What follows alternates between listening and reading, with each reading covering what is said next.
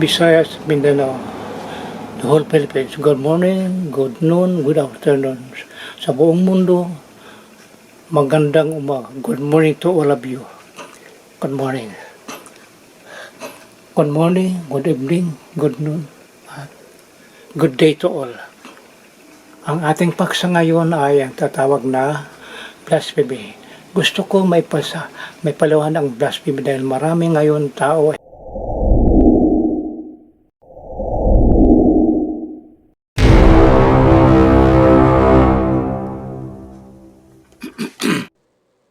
good morning folks. Gusto ko sana may paliwanag itong tinatawag ng blasphemy dahil kadalasan ng mga tao ay walang hindi binibigyan pansin ang tinatawag ng blasphemy. Kaya folks, ito ang aking paksa ngayon. Ang blasphemy ay ang yan ay tinatawag na kalapastangan sa Diyos. Mga salita o gawain ito ng tao na walang respeto sa Panginoon. So ito ay delikado sa mga tao ngayon dahil wala silang kaalaman ito. Kaya sabi sa Biblia, sa Leviticus, whoever blasphemes the word of God, the name of the Lord, shall be put to death. At sabi naman sa Luke 12:10, sabi doon sa Biblia, anyone who speaks against the Son of the Man will be forgiven. But anyone who speaks against the Holy Spirit shall never be forgiven. So nakakatakot ito dahil ang iyong kalaban ay hindi si Kristo. Ang kalaban mo ay si Diyos Ama. Dahil si Kristo lang ang magliligtas sa taong makasalanan. Pero dahil binanggit mo ang pangalan ng Diyos Ama o Espiritu Santo, yan ay walang kapatawaran. Kaya lang paparusahan ka nito ng Panginoon. So narito ang sinabi sa Corinthians 6:18. Kaya narito yung blasphemy, makikita ko. Ang gusto ng Diyos ay lahat tayo ay mapunta sa langit, lahat na tao, walang pili. Kaya yung blasphemy, ito yung gawain ng tao na nagkakasala tayo. Dahil dyan, yung tayo ay nagkakaroon ng kasalanan dahil sa mga salita. Sa kanyang sariling pagpapaliwanag, nandyan yung pride, tumata siya sa yung ego. Pag tumaas siya, binababa niya ang Diyos. Siya na ang Diyos. Siya ang sarili ang Diyos. Dahil siya ang pinaka-idol dito. Si Lord ay binababa at ninanapastahan mo si Diyos Ama at ang mga batas ng Panginoon. Kaya ganun yung nangyayari. Kaya nandiyan, mayroong 7 gawain na bakit ang tao nakakaroon ng kasalanan sa blasphemy. Ito yan. 6 ng Diyos Ama para tayo may ligtas. Yan ang plano ng Panginoon. Ang hirap ng mga tao ngayon dahil sa sobra sa mga kagalingan, umiiral ang kanilang pride. Hindi nila kinikilala si Kristo ay Diyos. Sabi nila, mayroon man ang Diyos Ama, mayroon pang Espiritu. Hindi, mali kayo dyan. Pwede ang Diyos maging marami. God is omnipresent. God is, kahit saan siya, gusto niya dumami, kahit lang, hindi lang 3. Lahat. Pwede sa hangin, pwede sa kahoy, pwede sa lahat yan. Dahil makapangyarihan ng Diyos. Wala makakapag-question sa kanyang power dahil ang Diyos ay makapangyarihan. Ibang utak ng tao, ang layo ng utak ng tao sa utak ng Diyos. Hindi natin siya may kukumpara. Dahil ang Diyos lamang ang may hawak ng ating buhay.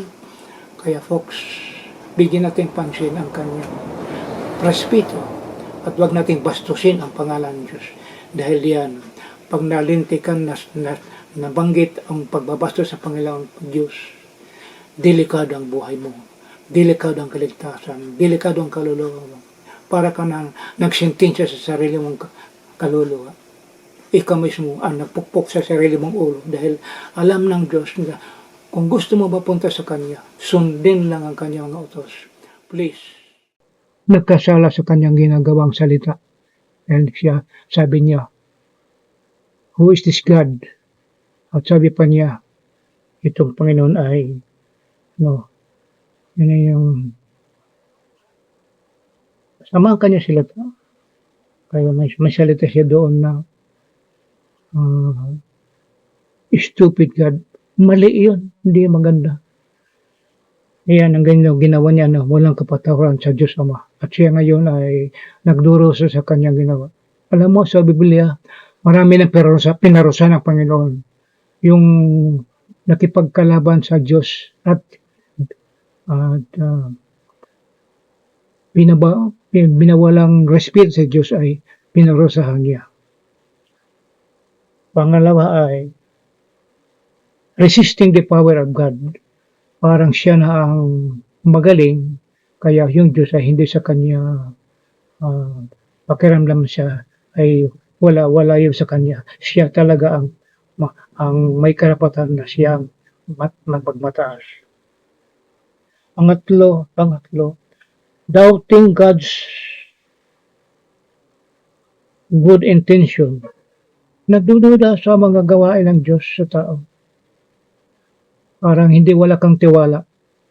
Pag wala ang Panginoon, wala tayong magagawa, mga bro, mga kapatid. Dahil siya lang ang naglikha sa atin. Kaya huwag kakalabanin ang Panginoon dahil siya lang ang nagon. Kung wala siya, wala tayo. Paano pag kunin ka na sa susunod ng mga araw? Walang magagawa ang tao. Kaya dyan ang magkakamali ang lahat dahil hindi nila binibigyan pansin ang payo ng Diyos. Ang payo ng Diyos sa atin ay sundin ang 10 utos. Ginawang summarian ni Jesus Christ na love God above all things and love thy neighbor. Nandiyan na yan. Yung tatlo, Ten Commandments 1, 2, 3, love God yun, para sa Diyos yun. In the rest, love thy neighbor. Kaya hindi ibig sabihin na nawala yung Ten Commandments. Sinummarize lang niya sa tao para madali maintindihan. Then 1, 2, 3, love God above all things ang magaling. Kaya yung Diyos ay hindi sa kanya pakiramdam siya ay wala yun sa kanya. Siya talaga ang may karapatan na siya pangatlo. Doubting God's good intention. Nagdududa sa mga gawain ng Diyos sa tao. Parang wala kang tiwala.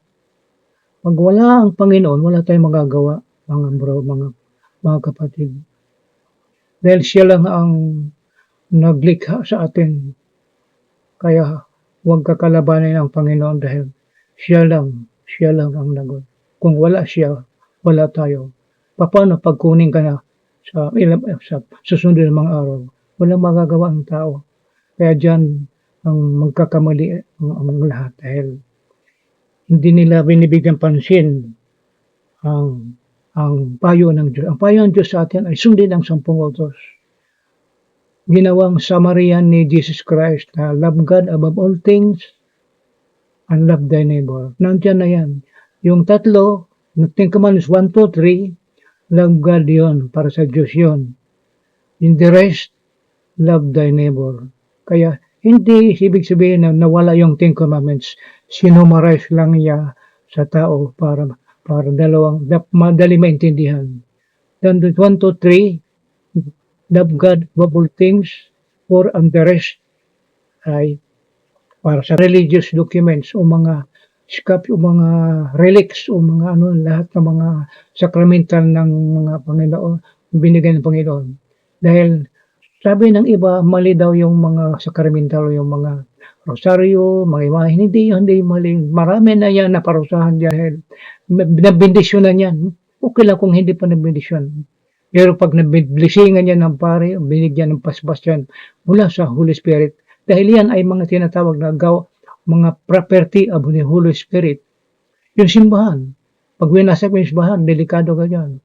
Yung mga relics, yung mga rosaryuhan, mga imahen, marami dyan ang pinarusahan na dyan dahil linapastangan nila yung mga bagay na para sa Panginoon. Alam nga naman sabihin mo na bakit ba tayo nag-aayuno sa mga relic na yan? Sa Old Testament, ang Panginoon ay magpagawa ng Ark of the Covenant. God, you can do this. Walang magagawa. Doon sa taas ng Ark of the Covenant, ay nandoon yung dalawang anghel na nakadipa balot sa ginto. Ang laman niyang Ark of the Covenant ay ng 10 utos ng Panginoon. Kaya mayroon dyan isang naglapastangan na ginalaw yung Ark of the Covenant. Dahil pare lang dyan may karapatan at sila ay binigyan sila ng authority na na respetuhin yan. Namatayan, kinidlatan niya ng nakialam dyan sa Ark of the Covenant. Dahil lahat ng mga holy sacrament o mga imahen ay huwag nating basta-basta dahil property yan ng Diyos Ama, property ng Holy Spirit. Binaspasan yan. Kaya nga, dahil tayo maghawak ng sa Panginoon. Yan, damaging the church. Yung winawasak ang simbahan, sinusunog, kung ano-anong, kasama na dyan yung mga bagay-bagay na sa simbahan ay hindi binabastos at sinisira. May parusa yan sa Panginoon. Dahil kanya yan mga gamit. Susunod ay panglima. Worshipping devil. Pag nag-worship ang tao sa kanya sarili, that is idolatry. Yan ang gawain ng devil dahil si devil, si Satanas, Luciferian, ay mula sa langit tinapon ng Panginoon dito dahil siya gusto ni Lucifer na siya maghari. Parang nakikipagkumpetensya siya kay Lord. Kaya gano'n yun. Yung tao naman ngayon ay gusto siyang maging Diyos. Gusto niyang maging hari, maging makapangyarihan.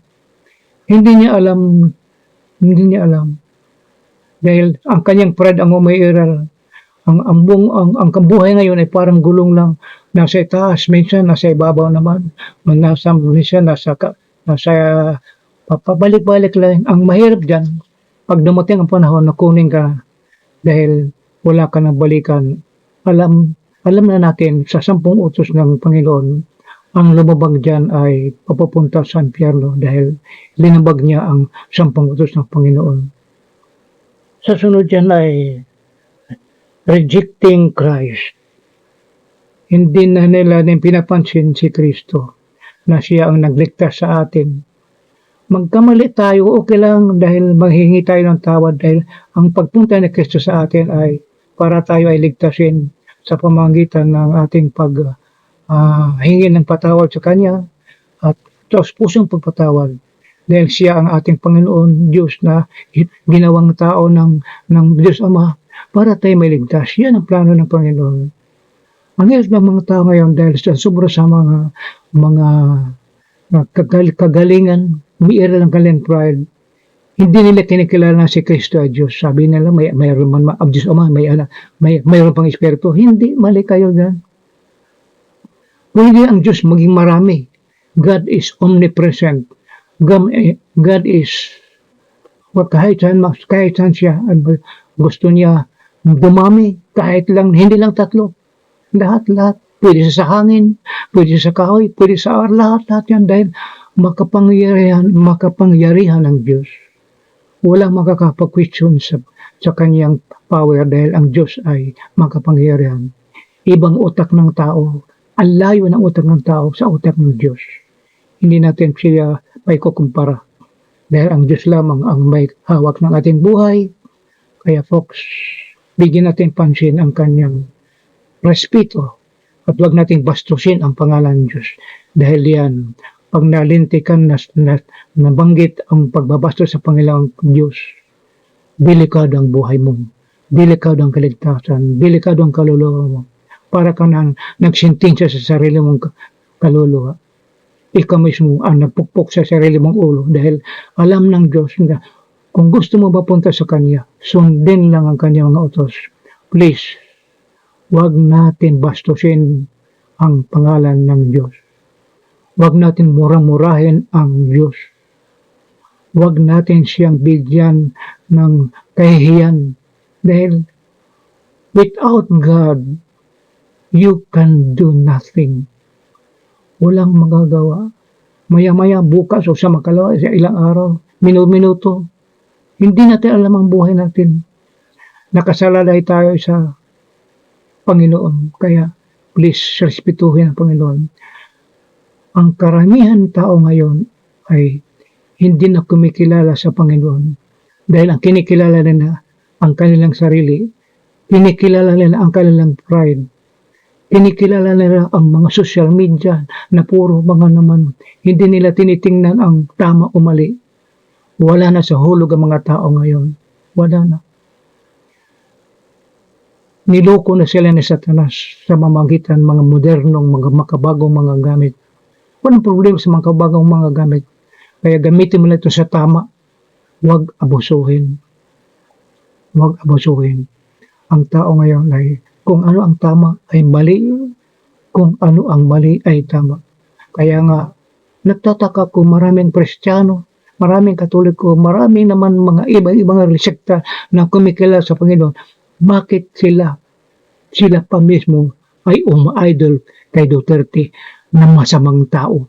Pumapatay at ang pinakamasama ay minuran niya ang Panginoon. Yan ba ang tama? Mag-isip-isip nga kayo, mga kaibigan ko, mga kababayan ko, mga folks, mga gustong maligtas. Mag-isip kayo. Nabubulag kayo. Magaling si Satanas manloko, mag-iskam, magaling na magaling. Nakikita natin na napakarami ng mga tao sumusuporta kay Duterte. Hindi yan ang basihan. Hindi yan. Kahit ng ilan, basta nasa tama, hindi paramihan ang papunta sa langit. Hindi, by the thousand. 1/3 only ang mapapunta sa Panginoon. Yung sumunod ayon sa kanyang will, ayon sa kanyang utos. Yun lang. Pag lumihis ka dyan, hindi ka na mapapunta dahil alam ko. Pwede ka kung magsisi ka o magkaroon ka ng sariling self na pagsisisi sa Diyos. At sabi sa Biblia, pumunta ka sa pare. Siya lang ang inutusan ng Panginoong Kristo na bigyan ang ating yung kasalanan ay mabura. Dahil may authority siya ayon sa order of Melchizedek. Kaya nga, wag rin natin bastusin ang mga pare. Kahit sila ay sasabihin natin may mga kasalanan. Lahat na tao may kasalanan. Pero huwag maghusga. Siya lang ang may karapatan maghusga ang Panginoon. Dahil inutusan niya ang mga pare na magsilbi sa ating salvation. Please, respetuhin niya. Huwag maghusga. Kahit ano pa man niyang pare. Sabi ni Kristo, sabi ng Mama Mary, do not attack the press. We are mine. Kung nagkamali sila, ipagdasal natin. Kung nagkamali ang mga taong bayan, ipagdasal natin. Huwag lang murahin ang Panginoon dahil yan ay walang kapatawaran. Nasa Biblia yan. Hindi ang Biblia, ang noon at ngayon at ang hinaharap, hindi nagbabago. Hindi nagbabago. Ang tao nagbabago, ang salita ng Panginoon ay hindi magbabago kailanman. Kaya kayong mga sumusuporta sa masama, please, mag-isip-isip kayo. Duterte is leading to hell. He already is in facing the justice of God. Kaya kahit papaano, niluloko kayo ng mga ni Satanas na wala daw kasalanan. Malaki ang kasalanan mga dating presidente, malaki. Huwag niyong i-idol yung taong papunta kay Satanas dahil ang umidol kay Satanas, ang umidol sa taong papunta ay dala-dala, madadala niya doon dahil siya ang ina-idol niyo. Sabi ng Panginoon sa unang utos, thou shall not have strange God before me. Sino yung strange God mo? Si Duterte, si Satanas. Siya ang strange God. Isa lang ang Diyos. Si Diyos Ama. At sasabihin naman, bakit naging tatlo? Mag-isip nga kayo dahil ang pwedeng Panginoon dumami dahil siya ay omnipresent, omnipotent. Hindi basta-basta yan. Pero ang kanyang pinakita lang sa atin ay tatlong persona. Ama, Anak, at Espiritu Santo. Ginawa yung anak para maligtas ang tao. Pero siya pa rin yun. Ginawa yung Espiritu Santo, isang dab na nagpakita na pwede siya maging ibon. Gumawa siya, naging tao siya para tayo maligtas. Pero dahil dyan, isip-isip kayo. Please. Ask forgiveness kung hindi ka nagmura, kung hindi mo kasalanan. Pero kung talaga sinadya mo, mahirap yan dahil ang kalaban mo ang Diyos, ang Espiritu Santo. Okay, folks, ito lang ang aking ngayon para tayo maliwanagan. Okay.